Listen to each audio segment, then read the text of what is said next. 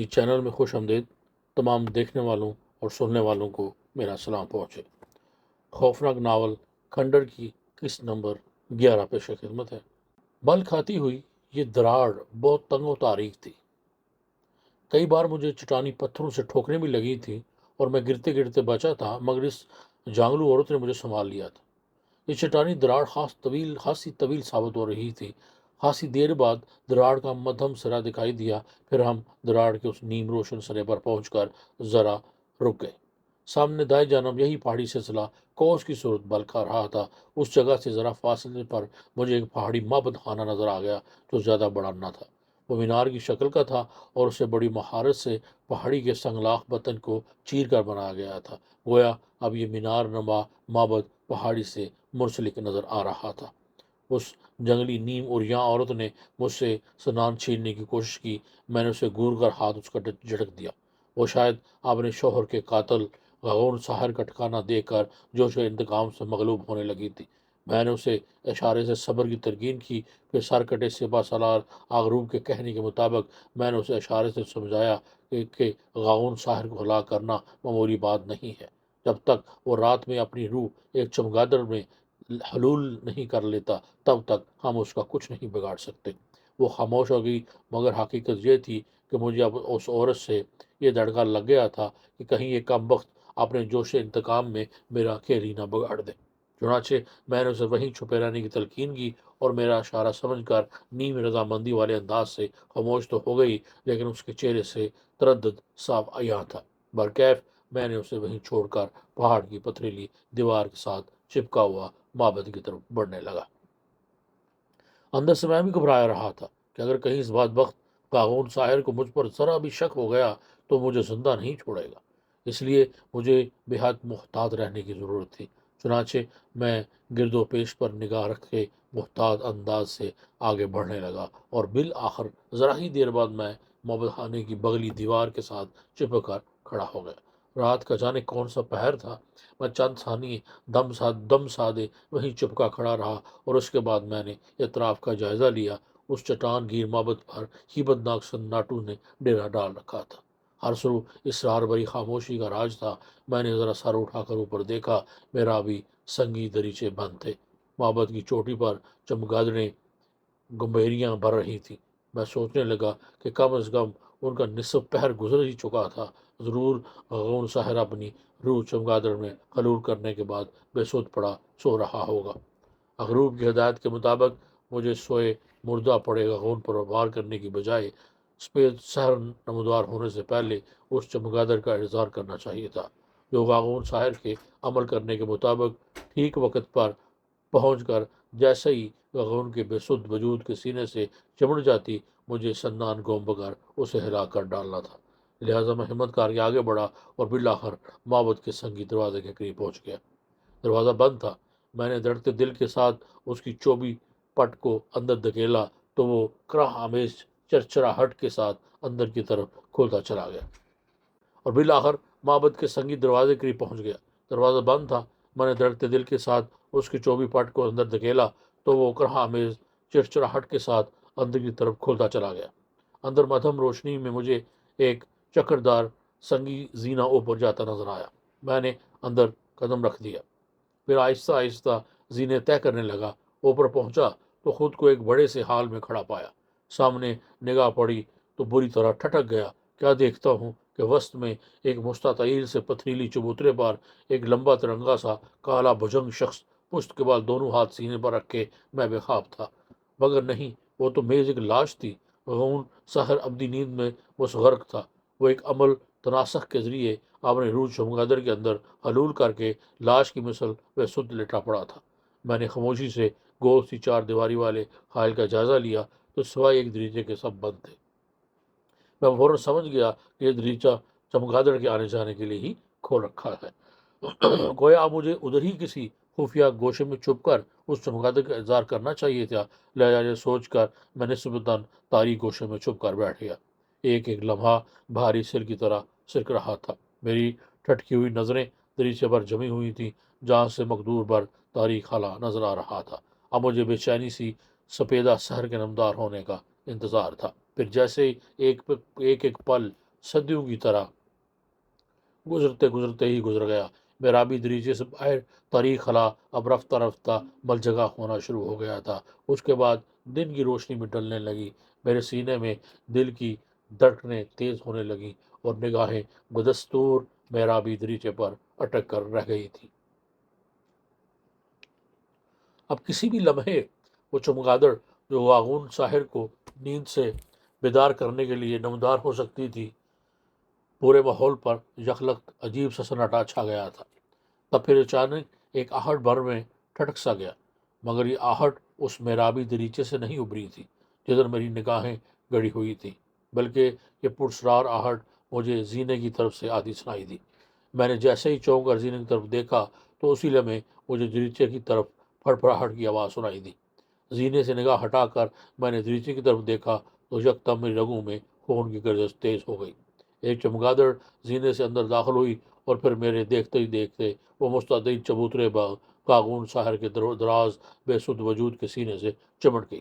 میں نے سنان سنبھالی، میری سانسیں تیز تیز چلنے لگیں، میں نے اپنے دل کی بے ترتیب دھڑکنوں پر قابو پایا، اور جیسے ہی سنان سنبھالے اوٹ سے نکلا تو اچانک زینے کی طرف سے میں نے اس جنگلی سینا کو دیکھا۔ پھر میرا دل اچھل کا حلق میں آنے لگا۔ وہ جوش و غصے سے مغلوب غضب ہو کر چبوترے پڑے قاغون ساحر کی طرف دوڑی، اور میرے پہنچنے قبل ہی اس نے اسے قریب پہنچ کر اس کا گلا دبوچ لیا۔ چمگادڑ یکدم گھبرا کر پھڑپڑایا، میرا دل دھک سے رہ گیا۔ میں اس جنگلی لڑکی کی نادانی سے اگر چمگادڑ واپس چلا جاتا تو میرے لیے مشکل کھڑی ہو سکتی تھی۔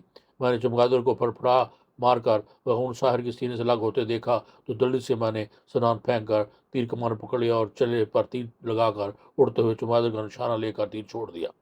میرا نشانہ خطا نہیں گیا تھا، تیر لگتے ہی چمگادڑ باریک سی چیخ نکال کر فرش پر آ پڑا۔ میں جلدی سے سنان سنبھال کر تڑپتے ہوئے چمگادڑ بڑھا اور پھر سنان مار مار کر اسے چل نہیں کر دیا۔ اس کے مرتے ہی میں نے دیکھا چبوترے پر پڑے خاگون کا ساحر کا بے سدھ وجود بری طرح تڑپنے لگا، ملا کر ٹھنڈا ہو گیا۔ میں نے اس جنونی حسینہ کو باہوں سے پکڑ کر خاگون ساحر کے مردہ وجود سے علیحدہ کیا اور شہادت سے فوراً یہاں سے نکل جانے کو کہا۔ پھر میں اپنا تیر کمان اور سنان سنبھالے اس جنگلی عورت کا ہاتھ پکڑے زینے کی طرف دوڑا۔ محبت سے باہر آیا، تیز اور طوفانی ہواؤں کے جھکڑ کے ساتھ کریا چیخیں بھی گونج رہی تھیں اور کرمناک انداز میں ماتمی شور بھی گونجنے لگا۔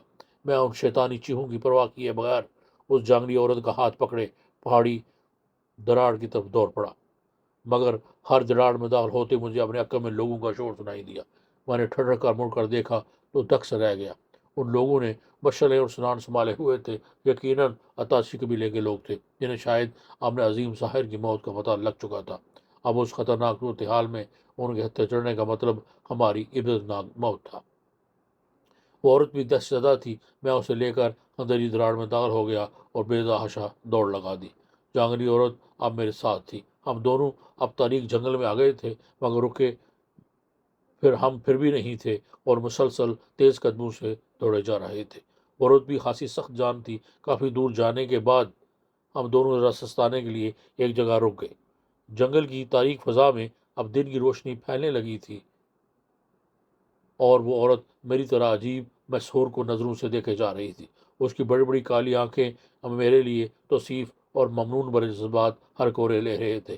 وہ جیسے میرے ہاتھ اپنے بدنصیب شوہر کے قاتل خاگون ساحر کے انجام پر بہت خوش تھی اور مطمئن بھی۔ اس کی آتش انتقام اب سرد ہو چکی تھی۔ پھر اس نے بڑی محبت سے میرا ہاتھ تھام لیا اور اسے دیوانہ وار چومنے لگی۔ میں نے اپنا ہاتھ کھینچا تو وہ اسے لپٹ گئی۔ اس کو پرشباب اور نیم اور یاں بدن کی مہک نے میرے حواس متخل کرنا شروع کر دیے تھے۔ شاید وہ اپنے حسن و شباب کا انعام مجھے دینا چاہتی تھی، مگر میں نے بڑی مشکلوں سے خود کو سنبھالا اور اسے بڑھ کر نرمی کے ساتھ خود سے الگ کر دیا۔ اس کے بعد اس کا گلا تھپسا کے آگے بڑھ گیا۔ اغروب کے قبیلے پہنچا تو کیا دیکھتا ہوں، وہاں جشن کا سماں تھا۔ ان کے سارب ان کے دڑوں پر نظر آنے لگے تھے۔ اغروب کو میں نے اس کے لباس سے پہچانا تھا، وہ ایک خوبرو شخص تھا۔ وہ سب بڑے بڑے شکر گزار تھے۔ پھر میں نے اغروب سے جگدوش کے بارے میں مدد چاہی، اگرچہ اس نے پہلے ہی بتا دیا تھا کہ وہ اس کے بارے میں کچھ نہیں جانتا۔ البتہ اس نے پراسرار کھنڈے کے بارے میں صرف اتنا بتایا کہ ایسا کھنڈر جنوب کی سمت پر واقع تو ہے، مگر یہ علم نہ تھا کہ آیا یہ جگدوش کی وہی بد نگری ہے جدھر اس نے سونی کو قید کر رکھا ہے۔ تاہم میں اس کا شکریہ ادا کر کے نکل کھڑا ہوا۔ اس نے مجھے بتایا کہ مجھے راستے میں نیلے پانیوں کا سمندر پار کرنا پڑے گا۔ مذکورہ سمت پر روانہ ہونے کے لیے مجھے ساحلی جنگلات سے کوئی ٹوٹا ہوا شاہی تیر بھی مل جائے گا، نیز سمندر زیادہ طویل نہیں ہوگا۔ بہرطور میں اپنے سفر پر روانہ ہو گیا۔ 2 دنوں اور 1 رات کی مسافت کے بعد میں بالآخر اس نیلگوں پانی والے سمندر کے ساحل پر کھڑا تھا۔ میرے عقب میں گھنا جنگل اور سامنے سرکش موجوں کا سمندر تھا۔ غروب کا کہاں درست ثابت ہوا تھا۔ یہاں متعدد ٹوٹے ہوئے درختوں کے شاہتیر جا بجا بکھرے ہوئے تھے۔ میں پہلے ہی سفر کی تکان سے نڈھال ہو چکا تھا اور رات بھی ہونے لگی تھی۔ جیسا کہ مذکور ہو چکا تھا کہ پاتال کی اس نادیدہ دنیا میں دن کا سماں بہت تھوڑا اور رات کا عرصہ طویل ہوتا تھا، اس لیے اب اندھیرا چار سو پھیلنے لگا۔ میں نے یہی فیصلہ کیا کہ اب دن کی روشنی ہوتے ہی کسی شہتیر کو پانی میں رکھنے کے بعد ہی اپنے اگلے سمندری سفر پر روانہ ہونے کی کوشش کروں گا۔ چنانچہ یہ سوچ کر میں وہی ساحلی ریت پر بیٹھ گیا۔ غروب نے یہ مہربانی کی تھی کہ سفر پر روانہ ہوتے مجھے کمال کھال سے بنی ایک بگچی ساتھ کر دی تھی، جس میں خشک بنے ہوئے گوشت کے پارچوں کے علاوہ رستر پھل اور پانی کی چھاگل تھی۔ میں وہ بگچی کھول کر کھانے پینے میں مصروف ہو گیا۔ رات کا تاریک سناٹا چار سو پھیل چکا تھا۔ ساحل ویران تھا۔ عقب میں جنگل کی خوفناک تاثر دے رہا تھا۔ دم بہت ماحول پر اسے بھی ویرانیوں کا راج تھا۔ ان ہیبتناک سناٹوں اور ویرانیوں کو دیکھ کر مجھے خوف سا محسوس ہونے لگا تھا۔ اس لیے میں یہی دعا مانگ رہا تھا کہ جلدی سے دن کی روشنی کا آغاز ہو تو میں شہتیر پر سوار ہو کر اپنے سمندری سفر پر جلد از جلد نکل جاؤں۔ میں نے اس مقصد کے لیے ایک بڑے سے شہتیر کا بھی انتخاب کر لیا تھا اور اسے دیر سستانے کے بعد میں اسے جنگل سے بڑی مشینوں کے ساتھ گھسڑتا ہوا ساحل کے قریب لے آیا تھا۔ حالانکہ میں کافی تھک چکا تھا، لیکن دل میں ابھرنے والے انجانے خوف کی وجہ سے مجھے نیند بھی نہیں آ رہی تھی۔ تاہم وہیں ریت پر ہی لیٹ گیا اور سونے کی کوشش کرنے لگا۔ ماحول پر ویسے ہی رکت انگیز اور تھکا دینے والا سماں طاری تھا، پر نیند تو سولی پر ابھی آ جاتی ہے کہ مصداق جانے کس پہر میری آنکھ لگ گئی اور میں سو گیا۔ اچانک میری آنکھ کھلی۔ میں اٹھ کر بیٹھ گیا۔ ماحول پر وہی آسیبی رات کا تاریک سناٹا چھایا ہوا تھا۔ میرے دل نہ جانے کیوں خوف سے بے تحاشا دھڑکنے لگا۔ مجھے اپنی اس طرف اچانک گہری نیند سے جاگ پڑنے کی بظاہر کوئی وجہ محسوس نہیں ہو رہی تھی۔ میں پھٹی پڑی آنکھوں سے گرد و پیش کا جائزہ لے رہا تھا۔ میری آنکھ کیوں کھلی تھی؟ اس کی کوئی وجہ تھی، کوئی پرسرار وجہ، کوئی ایسی آہٹ، کوئی ایسا کھڑکا ہوا تھا جو مجھے گہری نیند سے یکدم جگانے کا باعث بنا تھا۔ لیکن باوجود کوشش کے مجھے اس کی کوئی خاص توجہ سمجھ نہ آئی۔ میں نے دوبارہ سونے کی کوشش کی، مگر نیند اب میری آنکھوں سے دور جا چکی تھی۔ میں نے ساحل پر سر پٹکتی موجوں کی طرف دیکھا، پھر عقب میں تاریک جنگل کی طرف نظریں دورائیں۔ پورا جنگل پر اسیب و سکوت طاری تھا۔ پھر اچانک مجھے جنگل کی طرف کچھ دبے سے نظر آنے محسوس ہوئے اور اس کے ساتھ ہی عجیب و غریب غیر انسانی آوازیں ابھرنے لگیں۔ میرا دل دھک سے رہ گیا۔ میں نے فوراً تیر کمان سنبھال لی اور ممکنہ خطرے کے پیش نظر اس کے تنے ہوئے چلے پر تیر چڑھا دیا۔ دبوں کی نقل و حرکت جاری تھی۔ مجھے اپنی بے ترتیب سانسوں کی بازگشت صاف سنائی دے رہی تھی۔ تب پھر اچانک میں نے بیک وقت 4 دبوں کو جنگل سے نکل کر اپنی طرف دوڑتے ہوئے دیکھا۔ میں بری طرح ٹھٹک کر چوکس کھڑا ہو گیا۔ وہ دبے در حقیقت ریچھ کی طرح کے جانور تھے۔ وہ ذرا قریب آئے تو میں نے دیکھا کہ ان کی بدحیت صحت ستھوتروں سے لمبے لمبے خمدار شکاری دانت جھانک رہے تھے۔ ان کے بھوکے اور خطرناک درندوں کی چندی چندی آنکھوں میں گرسنا چمک رہی تھی۔ میں نے فوراً اپنے متخلف پڑتے حواسوں کو یکجا کیا اور ریچھ نما درندے کا نشانہ لے کر تیر چھوڑ دیا۔ کمار سے نکلا ہوا تیز سنسناتا ہوا تیر ایک درندے کے باتھی سیاہ ستھوترے میں پیوست ہو گیا۔ اس نے دل ہلا دینے والی چنگھار ماری اور ریت پر گر کر ہانپنے لگا۔ میں نے بجلی کی سی پھرتی کے ساتھ دوسرا تیر چڑھا لیا اور اگلے جانور کا نشانہ لے کر چھوڑ دیا۔ تیر اس کے بالوں بھرے پہلو میں پیوست ہو گیا۔ وہ بھی چنگھاڑ مار کر زمین بوس ہو رہا۔ باقی 2 بچے ریچھ میرے سر پر پہنچ چکے۔ میرے پاس تیسرا تیر چڑھانے کا موقع اب بالکل نہیں بچا تھا۔ میں پریشان ہو گیا، مگر میں نے حوصلہ نہیں ہارا، کیونکہ حوصلہ ہارنے یا بدحواس ہونے کا مطلب ان بھوکے خطرناک درندوں کی خوراک بننا تھا۔ چنانچہ میں نے اپنے اوسان باہر رکھتے ہوئے فوراً سنار سنبھال لی اور جیسے ہی ایک ریچھ نے مجھ پر حملہ کیا، میں نے جلدی سے ایک طرف ہو گیا، مگر اس کوشش میں میرا بایاں پاؤں رپڑ گیا اور میں پشت کے بال زمین پر گر گیا۔ ٹھیک اس وقت دوسرا ریچھ سیاہ بدے پہاڑ کی طرح میرے اوپر آ رہا۔ میں نے فوراً سنان اوپر اٹھا دی اور اپنی بغل سے گزار کر اس کا پچھلا حصہ ریت پر ٹکا دیا۔ نتیجہ ریچھ کا پہاڑ سا وجود سنان کی انھی پر گرا اور اس کے بعد ہی سیاہ چھوترے سے دل ہلادا میں چنگاڑ خارج ہو گئی اور پورا کا پورا سنان اس میں پرو گیا۔ میں نے جلدی سے کمان سنبھالی اور اپنی پشت پر بندے ترکش سے ایک اور تیر نکال کر چلے پر چڑھا دیا اور آخری درندے کا نشانہ لینے لگا تو وہ جنگل کی طرف دوڑ گیا۔ میں نے اسے جاتا رہنے دیا، میرے سانس پھول گئے تھے، اس خونی کشاکش نے میرے اعصاب کو شل کر کے رکھ دیا تھا۔ میں پھر وہی ریت پر بیٹھ گیا۔ اب نیند میری آنکھوں سے کوسوں دور تھی، مگر میری ٹھٹکی ہوئی نظریں تاریک گھنے جنگل پر جمی ہوئی تھی کہ کہیں دوبارہ نہ مجھ پر یہ درندے حملہ کر دیں۔ مجھے ان کی طرف سے ابھی خطرہ تھا۔ پھر اچانک دوسری لمحے میں نے جنگل میں مزید بڑے بڑے دموں کو متحرک پایا۔ اب تو میرے خون خشک ہونے لگا۔ دموں کا مطلب تھا کہ ریچھ نما خوفناک درندے ابھی تک جنگل کی تاریکیوں سے اپنے شکاری دانت نکوں سے مجھے شکم شیر بنانے کا منصوبہ بنائے ہوئے تھے۔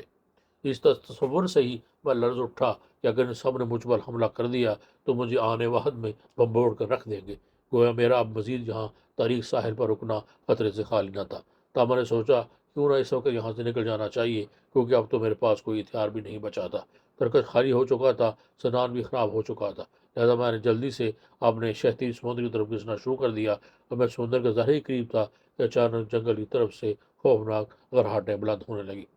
میں سرتاپا کام اٹھا، میں رکا نہیں اور بدستور وجود کی ساری طاقت صرف دونوں بازوؤں میں مجتمع کیے شہ تیر کو سمندر کی طرف گھستا چلا گیا۔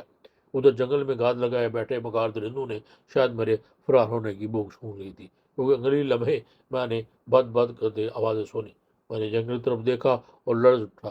لگ بھگ 10-12 قسم کے درندے میری طرف غراتے ہوئے دوڑے چلے آ رہے تھے۔ میں نے بھی ہمت نہ ہاری، حالانکہ میں ان کے جہرن عزائم دیکھ کر بری طرح بدحواس ہو گیا تھا اور مجھے خوف کے مارے اپنے وجود میں ایک ناطاقتی محسوس ہونے لگی تھی، لیکن باوجود اس کے میں جان توڑ کوشش اور طاقت صرف کیے شہ تیر کو بلاخر سمندر میں اتارنے میں کامیاب ہو گیا۔ وہ درندے اب بھی میرے سر پر پہنچ چکے تھے۔ سمندر کی نرگو پانی میں باریک کم شہ تیر کے اترتے ہی بالکل ہلکا پھلکا ہو گیا اور پھر میں اس پر سوار ہو کر ہاتھوں کی مدد سے چپوں کا کام لیتے ہوئے اسے جلد سے جلد ساحل سے دور گہرے سمندر کی طرف بہا لے جانے لگا۔ تمام درندے ساحل کے کنارے کھڑے بری طرح گھرا اور چنگھاڑ رہے تھے، مگر میں اب ان کی خون شام پہنچ سے کافی دور جا چکا تھا اور میز دانت نکوں سے تکتے رہ گئے تھے۔ اب میں شدید پر بیٹھا تھا۔ شدید سبک روی سے گہرے سمندر کی پرسکون سطح پر ہلکورے لیتا ہوا بہا چلا جا رہا تھا۔ میں نے غروب کی ہدایت کے مطابق اپنی منزل کی سمت کا تعین کر لیا تھا۔ ماحول اب بھی تاریک تھا اور مجھے کچھ اندازہ تھا کہ دن کی روشنی پھیلنے ہی والی تھی، اس لیے میں آہستہ آہستہ ہاتھوں سے چپو کا کام لیتے ہوئے آگے بڑھنے لگا۔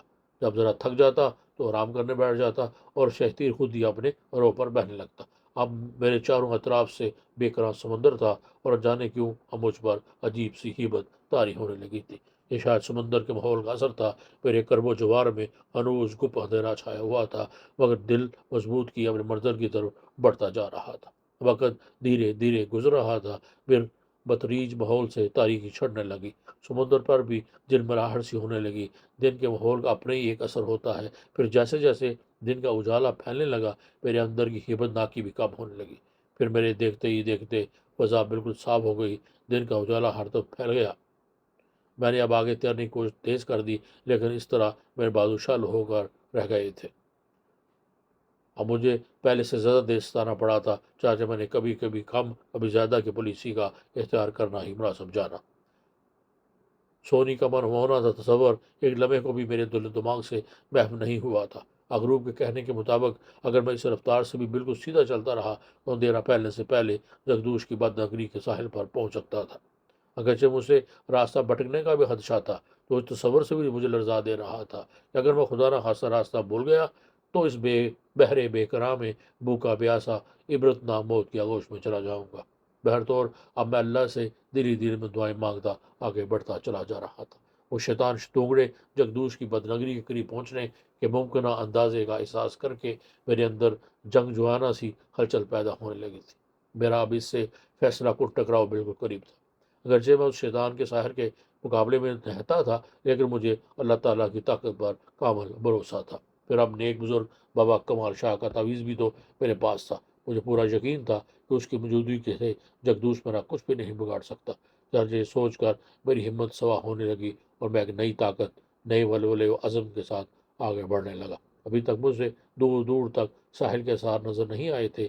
دن کی روشنی چار سو پھیلی ہوئی تھی اور مجھے رات کے اندھیرے اترنے سے پہلے پہلے ساحل تک پہنچ جانا چاہیے تھا۔ پھر رفتہ رفتہ دن ڈلنے لگا اور رسم معمول سر شامی رات کا گمان ہونے لگا۔ مجھے اب تشویش امیز بے چینی نے آ لیا تھا۔ اغروب کے کہنے کے مطابق مجھے رات کے اندھیرے اترنے سے قبل ہی ساحل تک پہنچ جانا چاہیے تھا، مگر یہاں تو دور دور تک کسی خشکی کے آثار تک نظر نہیں آ رہے تھے۔ مجھے تو میں راستہ بھٹک گیا تھا۔ اس روح فرسا خدشے نے مجھے سر تابہ لرزا کر رکھ دیا تھا۔ پھر میں نے خود کو تسلی دیتے ہوئے سوچا کہ کیا خبر مجھے خود ہی پہنچنے میں دور ہو گئی ہو، آخر کو اندازے کی غلطی بھی تو ہو سکتی ہے۔ خود کو یہ تسلی دے کر میں نے منزل تک پہنچنے کی کوششیں تیز کر دی۔ ہاتھوں سے چپو کا کام لے کر شتی پر تیرنا کم جفا کشی کا کام نہ تھا۔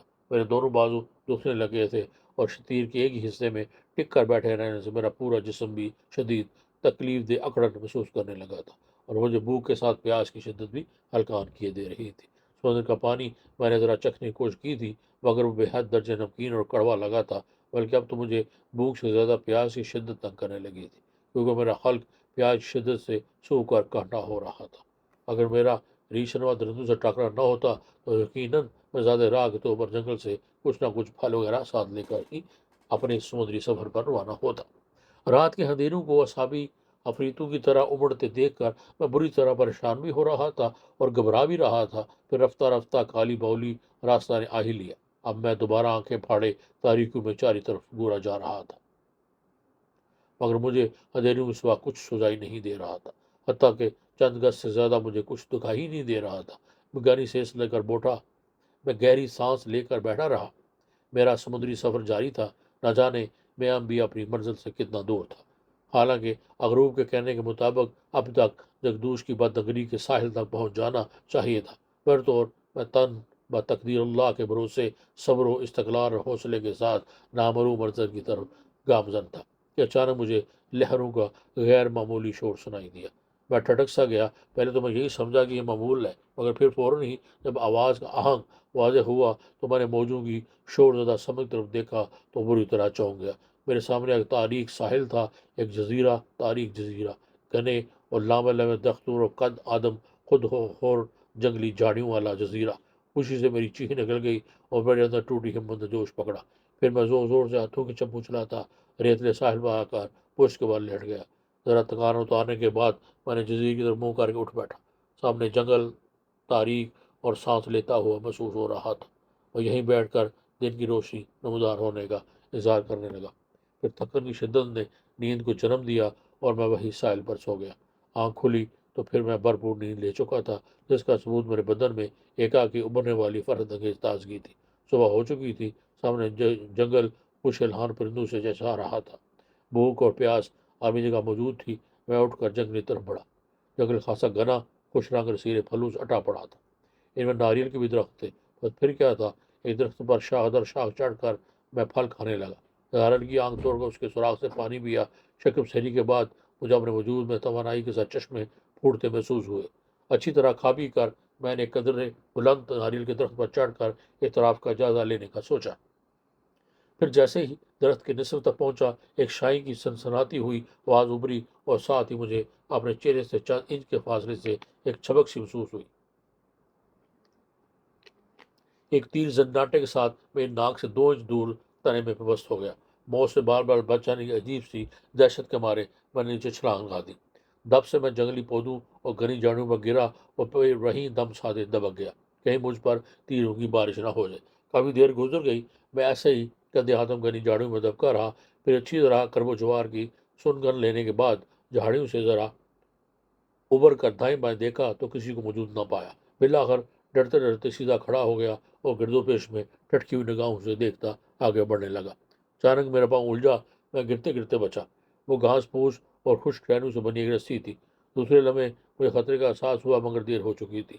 اچانک وہی رسی کسی قدیم قبائلی تکنیک کے ذریعے یکدم میرے ٹخنوں کے گرد پھندے کی طرح کس گئی۔ پر ابھی میں سمجھ بھی نہ پایا تھا کہ یکدم میرے قدموں نے زمین چھوڑی اور میں سر کے بل الٹا فضا میں معلق ہو گیا۔ زمین سے تقریباً 6 فٹ اونچا سر کے بل جھول رہا تھا۔ پھر میرے دیکھتے ہی دیکھتے میرے گرد نیزے برادر عجیب و خالق انسان و مخلوق بالے ہاتھوں میں لیے آن کھڑے ہوئے۔ انہیں غیر انسانی مخلوق ہی کہا جا سکتا تھا۔